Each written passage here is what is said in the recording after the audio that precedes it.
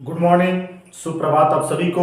मैं सुरेंद्र कुमार गुप्ता आज के क्लास में यूनिट 3 की राज्य की परिभाषा और तत्व की चर्चा करेंगे।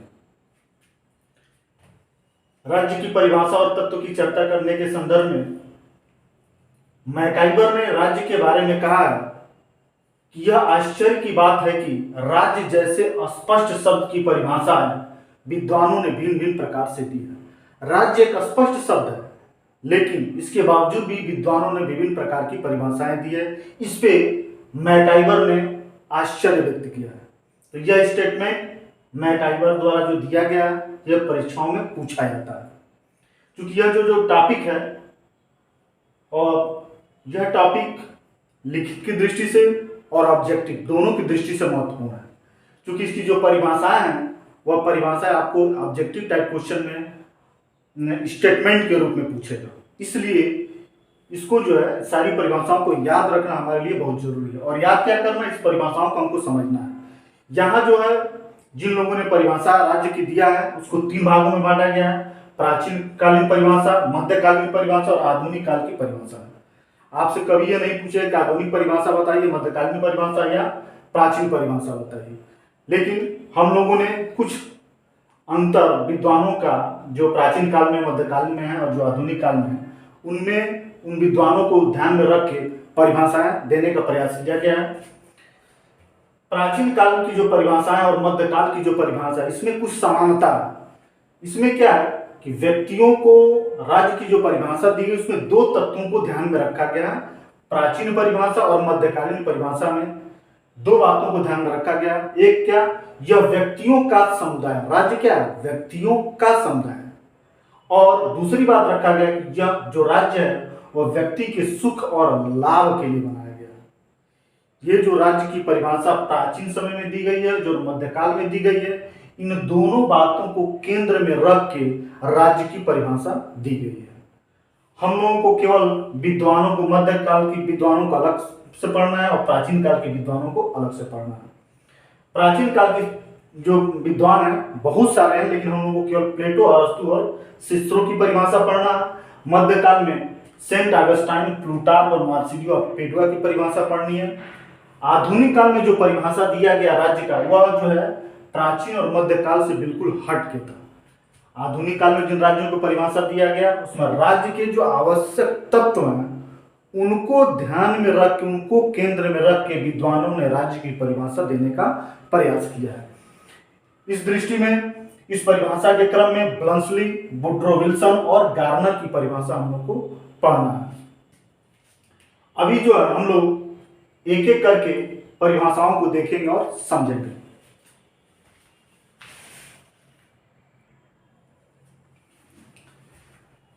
राज्य की प्राचीन परिभाषाओं के अंतर्गत हम प्लेटो, अरस्तु और सिसरो की परिभाषा को देखेंगे। प्राचीन परिभाषाओं में किन बातों को ध्यान में रखकर दिया गया, इसकी चर्चा हम लोग कर चुके हैं। अब हम प्लेटो की परिभाषा की चर्चा करते हैं। प्लेटो ने कहा, राज्य ऐसा समुदाय है, राज्य ऐसा समुदाय है जिसमें मनुष्यों की प्रतिभाओं को निखारने का सर्वोत्तम मार्ग मिलता है। राज्य क्या है? एक समुदाय है जिसमें मनुष्य की प्रतिभाओं को निखारने का सर्वोत्तम मार्ग और साधन मिलता है। यदि व्यक्ति की प्रतिभाओं को निखारना है तो राज्य से ही निखर सकता है, किसी दूसरी चीजों से नहीं निखरेगा। ये प्लेटो की परिभाषा है। अरस्तु ने कहा कि राज्य क्या है? राज्य परिवार एवं ग्रामों का एक समुदाय है। कैसा समुदाय है? परिवारों और ग्रामों का समुदाय है जिसका उद्देश्य है पूर्ण एवं आत्मनिर्भर जीवन की प्राप्ति। अरस्तु ने परिभाषा दिया कि राज्य परिवार और ग्रामों का समुदाय है जिसका उद्देश्य क्या है? पूर्ण और आत्मनिर्भर जीवन की प्राप्ति राज्य का उद्देश्य है। सिसरो ने कहा, राज्य क्या है? बहुसंख्यक समाजों का संगठन है। राज्य क्या है? बहुसंख्यक समाजों का संगठन जो सामान्य अधिकारों और पारस्परिक लाभों को प्राप्त करने के लिए बनाया जाता है। जो सामान्य अधिकारों और पारस्परिक लाभों को प्राप्त करने के लिए बनाया जाता है। इन तीनों की परिभाषाओं में हमको कॉमन चीज क्या मिलता है कि व्यक्तियों का ही समूह है और राज्य कहीं ना कहीं व्यक्ति के लाभ को पहुंचाने के लिए ही बनाया गया है। ठीक है। अब इन प्राचीन परिभाषाओं के बाद हम मध्यकालीन विचारकों की परिभाषाओं की चर्चा करेंगे।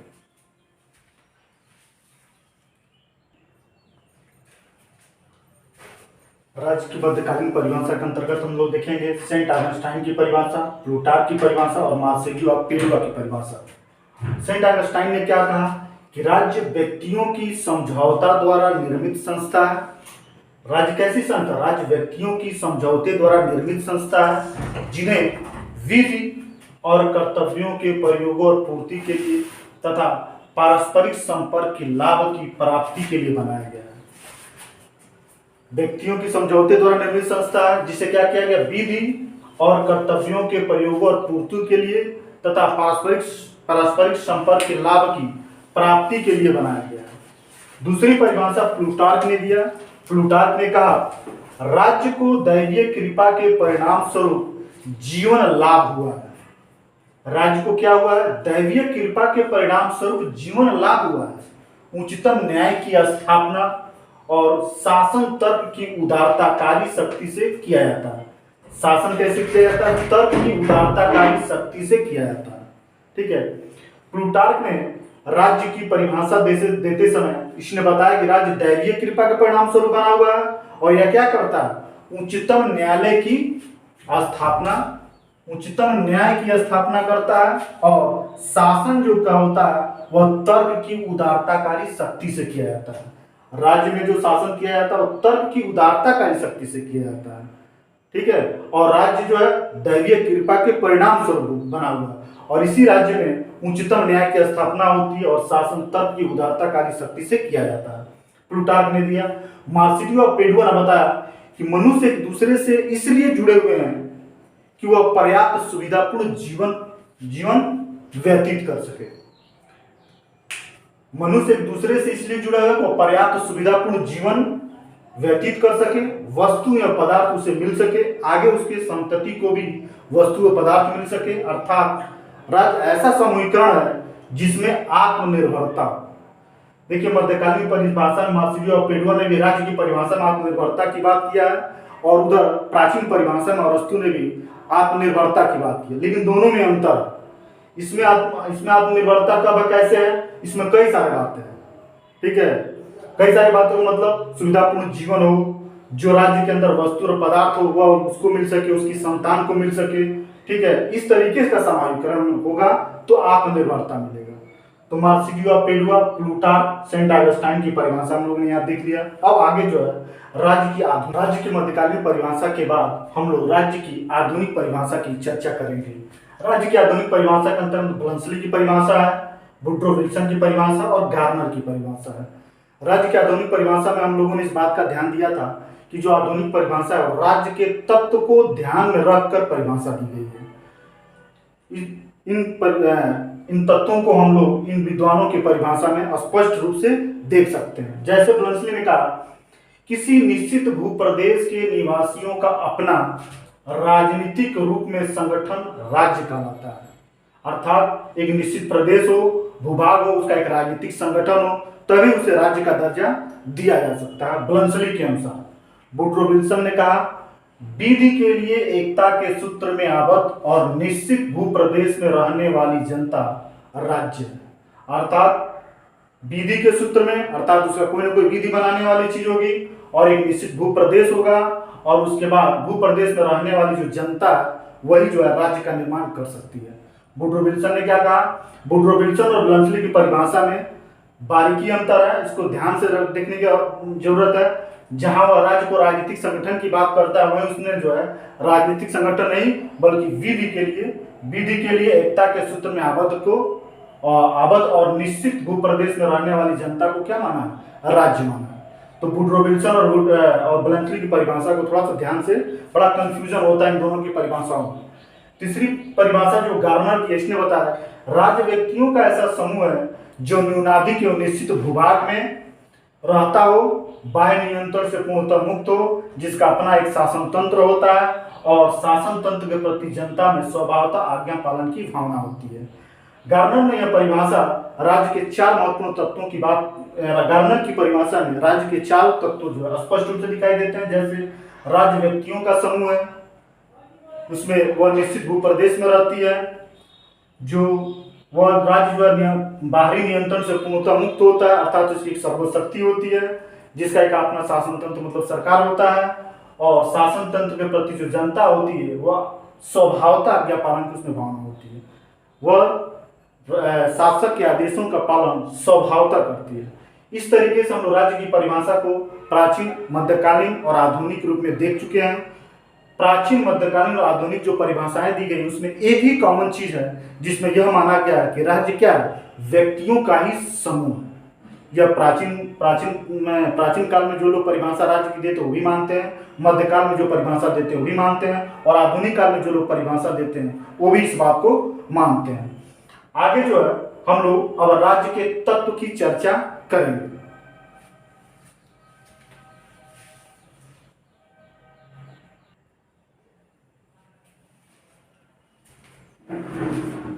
राज्य के तत्व के बारे में विभिन्न विचारकों ने अपना अलग अलग मत दिया है, और इन विचारकों के अलग अलग मतों के अनुसार प्रश्न भी बनते हैं। जैसे पहला बिलोबी ने कहा कि राज्य के कितने तत्व हैं, तो बिलोबी ने बताया कि राज्य के 3 तत्व हैं। पहला, सामाजिक दृष्टि से एकता में बधा हुआ जनसमुदाय अर्थात जनसंख्या। दूसरा, शासन तंत्र मतलब सरकार। और तीसरा है संविधान। बिलोबी ने राज्य के 3 तत्व बताए, जनसंख्या, सरकार और संविधान। इस तरीके से देख सकते हैं। और आपसे प्रश्न ये पूछेगा, राज्य के तत्व में राज्य के 3 तत्वों की चर्चा किसने की है, तो बिलोबी। राज्य के तत्व के रूप में संविधान की चर्चा किसने किया, तो बिलोबी। ठीक है, ये अलग तत्व है संविधान। अगला जो है राज्य के तत्व में सिज्विक का नाम। सिज्विक ने भी राज्य के 3 ही तत्व की चर्चा किया है। पहला जनता, दूसरा भूखंड और तीसरा सरकार। ठीक है, ब्लंसली की देखेंगे, ब्लंसली ने भी राज्य के 4 तत्वों की चर्चा की है। पहला भूखंड, दूसरा जनता, तीसरा एकता और चौथा संगठन। ब्लंसली ने जिन 4 तत्वों की चर्चा की है उसमें एकता और संगठन बिल्कुल अलग है। ठीक है, बाकी जो जनता और भूखंड लगभग सभी में पाया गया है। गार्नर ने राज्य के 4 तत्व बताए, जनसंख्या, भूप्रदेश, संप्रभुता और सरकार। राज्य के इन तत्वों की चर्चा जिन विद्वानों ने की है उनमें सबसे जो सर्वमान्य बातें हैं वह है गार्नर की। आज भी राज्य के 4 प्रमुख तत्वों की चर्चा की जाती है, जनसंख्या, भूप्रदेश, संप्रभुता और सरकार। राज्य के तत्व के रूप में एकता और संगठन की बात नहीं माना गया है, न ही संविधान को माना गया है। बस हम लोग को इसको इस रूप में जानना है कि किस विचारक ने कौन से तत्व को बताया। किसने संविधान को राज्य का तत्व बताया, तो बिलोबी ने। किसने एकता को राज्य का तत्व बताया, तो आपका ब्लंसली ने। किसने संगठन को राज्य का तत्व बताया, तो ब्लंसली ने। बाकी सभी लोगों ने जनता और भूप्रदेश को माना। इसमें गार्नर ने जनता, भूप्रदेश का संप्रभुता और सरकार को राज्य के आवश्यक तत्वों के रूप में माना। आगे हम लोग जनसंख्या, भूप्रदेश, संप्रभुता और सरकार का चर्चा, जो राज्य के 4 आवश्यक तत्व हैं, उसकी थोड़ी थोड़ी विशेषता को हम लोग जानेंगे।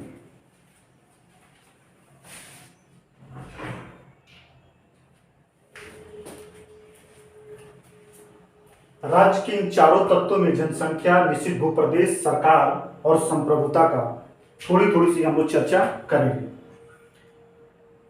इस तत्व को तो सामान्य मान लिया गया है। अब जनसंख्या, जो लोगों ने राज्य के लिए जनसंख्या जरूरी है, बिना जनसंख्या के राज्य की कल्पना हम लोग नहीं कर सकते हैं। इसमें कुछ विचारक ऐसे हैं जो कम जनसंख्या का समर्थन करते हैं, कुछ लोग ऐसे हैं जो अधिक जनसंख्या का समर्थन है, और कुछ लोग ऐसे हैं कि राज्य के संसाधन और जनसंख्या में संतुलन, मतलब बिल्कुल अनुपातिक संबंध हो, न ज्यादा बड़ा न ज्यादा छोटा का समर्थन किए हैं। उनको हम एक एक करके देखेंगे। प्लेटो और अरस्तु ने कम जनसंख्या का समर्थन किया है, कहा कि अधिक जनसंख्या किसी भी राज्य के विकास की दृष्टि से सही नहीं है, वह प्लेटो और अरस्तु ने कहा। वहीं हिटलर और मुसोलिनी ने अधिक जनसंख्या वाले राज्य का समर्थन किया है। गार्नर एक ऐसा विचारक है जिसने कहा जनसंख्या में और राज्य के साधन तथा भूक्षेत्र में बिल्कुल संतुलन वाला संबंध होना चाहिए। राज्य के पास उतनी ही जनसंख्या होनी चाहिए जितनी जनसंख्या का भरण पोषण राज्य अपने संसाधन से कर सके। ठीक है, ये बात गार्नर ने कहा। दूसरी तरफ निश्चित भूप्रदेश, जो अगला तत्व है वह है निश्चित भूप्रदेश।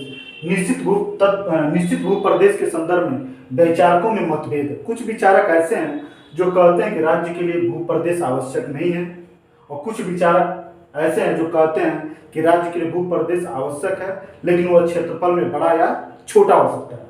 जैसे डिग्वी और सीले ने कहा राज्य के लिए भू प्रदेश जरूरी नहीं है। किसने कहा कि राज्य के निर्माण के लिए भू प्रदेश जरूरी नहीं है? तो डिग्वी और सीले ने कहा। वहीं प्लेटो, अरस्तु, डी टाकविले और रूसो कम क्षेत्रफल वाले राज्य का समर्थन करते हैं। कहें कि राज्य के लिए क्षेत्रफल तो जरूरी है, भूप्रदेश जरूरी है, लेकिन वह उसका क्षेत्रफल कितना हो, थोड़ी सी मात्रा में हो, कम क्षेत्रफल वाले राज्यों में, तभी वह जो है ज्यादा सही है। तीसरा, सरकार, इस पे कोई मतभेद नहीं है। किसी भी आधुनिक विचारकों को सरकार के राज्य के आवश्यक तत्व के रूप में सरकार पर कोई मतभेद नहीं है। चौथा, संप्रभुता। आधुनिक राजनीतिक विचार, आधुनिक राजनीति की जो शुरुआत है संप्रभुता की अवधारणा से ही होती है। ठीक है, इसके संदर्भ में आज जो है राज्य के आवश्यक तत्व के रूप में किसी को कोई मतभेद नहीं है। संप्रभुता ही एक ऐसा तत्व है जिसको कहा जाता है कि राज्य का आध्यात्मिक तत्व है। अर्थात आध्यात्मिक तत्व कहने का मतलब यह है कि आंखों से दिखाई देने वाला नहीं है, बिल्कुल हम लोग एहसास करते हैं। एक राज्य में एक सर्वोच्च शक्ति की जो मानते हैं, वही सर्वोच्च शक्ति क्या होता है? संप्रभुता होता है। ठीक है, इस तरीके से हम लोगों ने राज्य की परिभाषा और राज्य के तत्व की चर्चा हम लोगों ने आज के क्लास में कर लिया, और बाकी जो राज्य की उत्पत्ति का सिद्धांत और राज्य के कार्य का जो सिद्धांत है, इसको हम लोग अगले क्लास में डिस्कस करेंगे।